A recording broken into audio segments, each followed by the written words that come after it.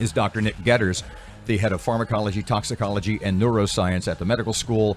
He is also the executive director of the Louisiana Addiction Research Council. Center. I know there was a C. Look, we both went to Jesuit, now Loyola. Okay? We graduated from the same high school about the same time. Wow. Which is, you can see, we have so much in common. You common. didn't go to IQ class, did you? He and I were not in the same classes. And also the CEO, president, founder, operator, lawnmower, as you said, of Loving Solutions. That's right. Do you mind if I start with that for a second? Mm-hmm.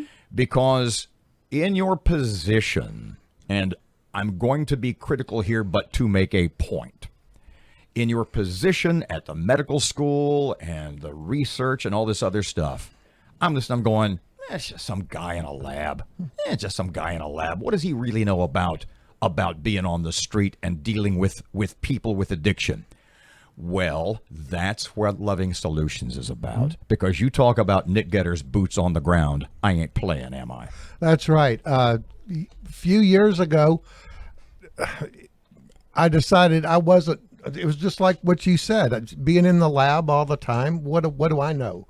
And so I went out on the streets. I went to Cattle Correctional. They let me go in and talk to the inmates there that used methamphetamine. I'm at the Council on Alcoholism and Drug Abuse. I've talked to some of the people there. They, just sitting here talking like you and I did. And that's where I learned more about the drug addiction process than anything in the laboratory, from talking to people that have struggled with it, and it put a face on it. What was the first thing you learned that, looking back now, you can't believe you didn't know, but you didn't know? There's no easy way to say this, but it's because I was never in the scene, but how sexual drugs are. Don't stop there. How, especially with methamphetamine, how sex is a part of methamphetamine use. People take methamphetamine. As in trading for drugs? No, as in, let's do methamphetamine and have sex. Wow.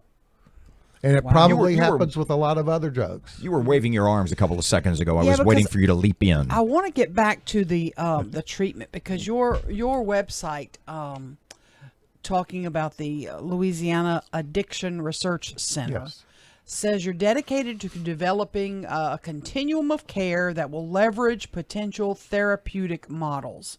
Are the current therapeutic models, treatment facilities, are they adequate? Do we have enough? What we have in the places that do treat drug addiction, they work.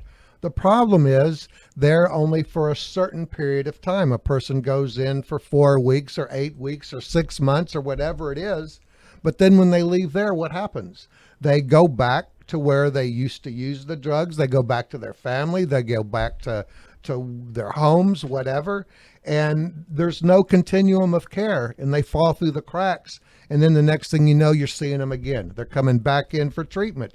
We have to try to figure out what can we do so that they don't fall through the cracks, so that they're able to stay sober, they're able to stay clean and lead productive lives again.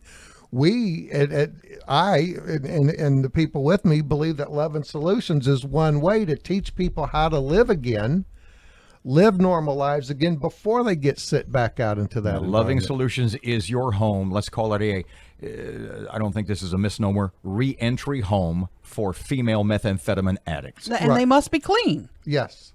And that's true. And it's also faith-based, because I believe that, AA and all those talk about a higher power. I believe the higher power is actually Jesus Christ, and that's how people are going to get clean and stay clean. And I haven't said this yet, but I think I just say it now. It's a good segue for me. You always talk about me being smart. I'm not that smart. I have to give God the glory. He's put me in the right place at the right time to do all of the things I do. Everything you talked about, Loving Solutions, Lark, working at LSU. God made all that happen, and I have to give him the glory, because if you get inside my head, you'll see I'm not really all that smart, but he has put me in a position to be able to do things. So in wrapping up this morning, always great to see you. If folks want to know more about Loving Solutions, by the way, one of us in this room at the other end of the gopher-shaped table is on your board of directors. Yes. Tell folks a little bit more where the website and more information, because let's be honest, you can always use a couple more bucks. Right. The website is lovingsolutionsaltogether.org. We have a Facebook page. You can look me up on Facebook and find Loving Solutions there. And I mean, I'll tell you, I've got my retirement right now invested in Loving Solutions. If we could come up with another $70,000, I mean, to some people that's not a whole lot of money, but if we had that much more money, we'd have the doors open tomorrow. And so we're a third of the way there, and just need What's the old phrase? How do you eat that elephant? One bite at a time. one bite at a time. That's Dr. right. Nick Goeders, a pleasure, my friend. Great to see you. Thank we you. went to the same high school. We did I did. mention? Yeah, you did. Yeah.